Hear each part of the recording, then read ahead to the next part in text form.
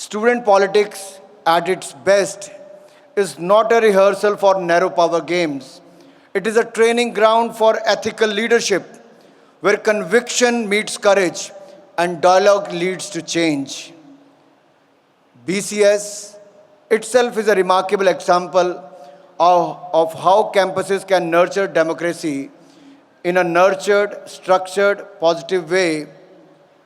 This platform is consciously apolitical and non-partisan.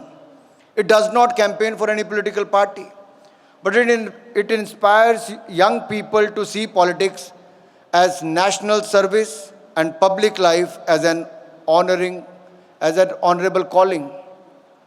It's time student unions and campus platforms must return to issue-based constitutional policies, debating questions like federalism, social justice, climate governance, digital rights, and local governance, rather than becoming battlegrounds for imported slogans and street-level vendetta.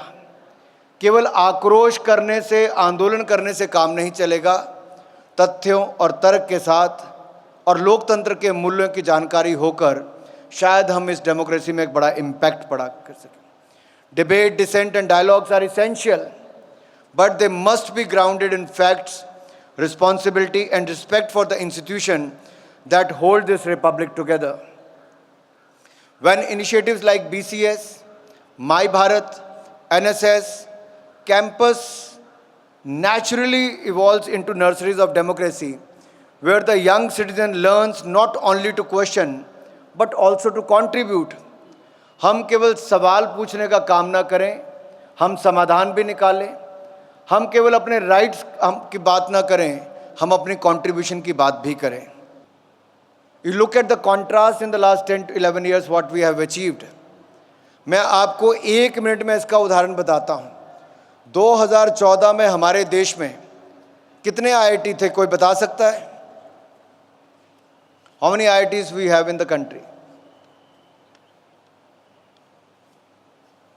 Any idea? 16 IIT थे, आज 13 हो गए। 13 IIM थे, आज 21 हो गए। 9 IIIT थे, 25 हो गए। 7 एम्स थे, 23 बन गए।